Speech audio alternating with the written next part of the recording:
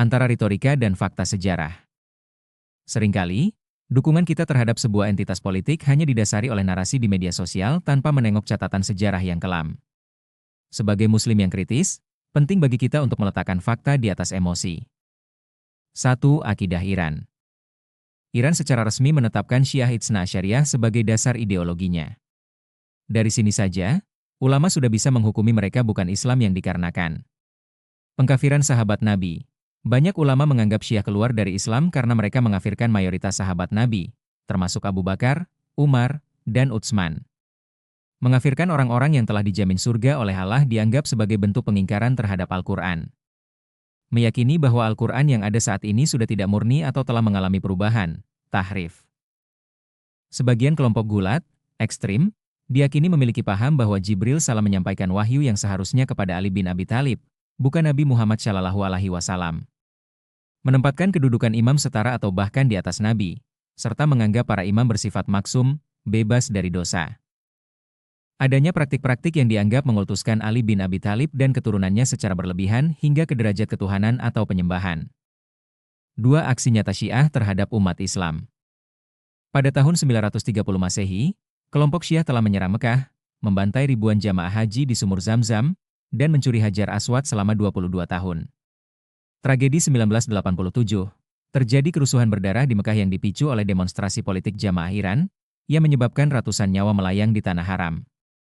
Tragedi 2015, kembali jamaah haji Syiah membuat makar di Ka'bah hingga ratusan orang meninggal dunia. Oktober 2016, milisi Houthi, proksi utama Iran, meluncurkan rudal balistik Burkan 1 ke arah Mekah.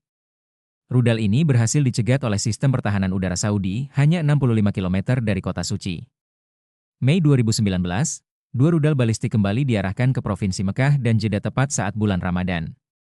Saat dikonfrontasi dunia internasional, mereka berdalih sasarannya adalah bandara.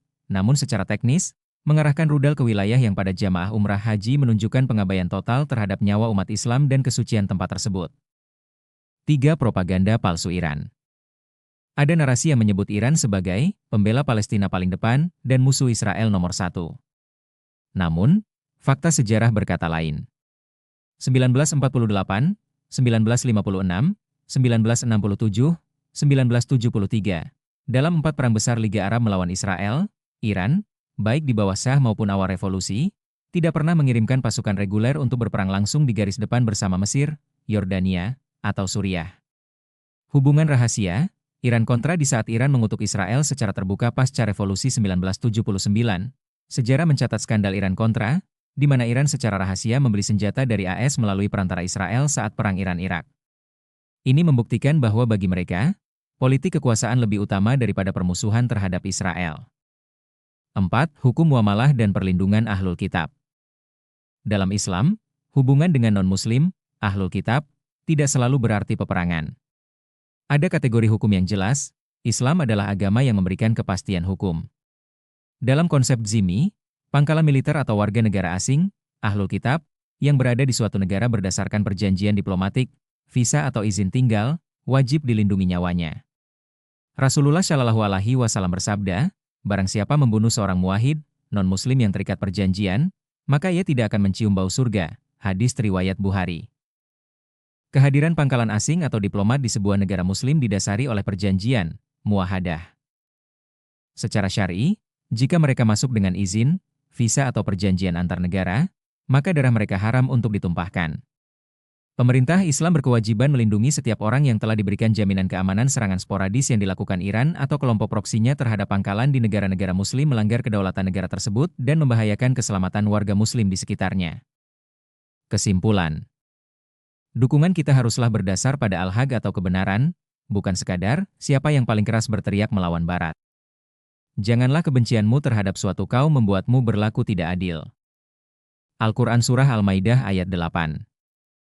Kita memang tidak menyukai ketidakadilan global, namun mendukung pihak yang memiliki rekam jejak merusak kesucian tanah haram dan mengabaikan hukum perjanjian dalam Islam adalah sebuah kekeliruan fatal.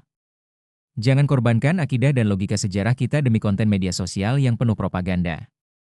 Jangan sampai kita mendukung pihak yang secara historis memiliki rekam jejak mengganggu persatuan umat Islam di Timur Tengah. Waspadalah terhadap infiltrasi ideologi yang dibungkus dengan narasi perlawanan, namun memiliki agenda tersembunyi untuk memperluas pengaruh mazhab tertentu. Menjadi muslim yang cerdas berarti mampu membedakan antara perjuangan tulus membela agama dengan manuver politik sebuah negara yang menggunakan agama sebagai kedok.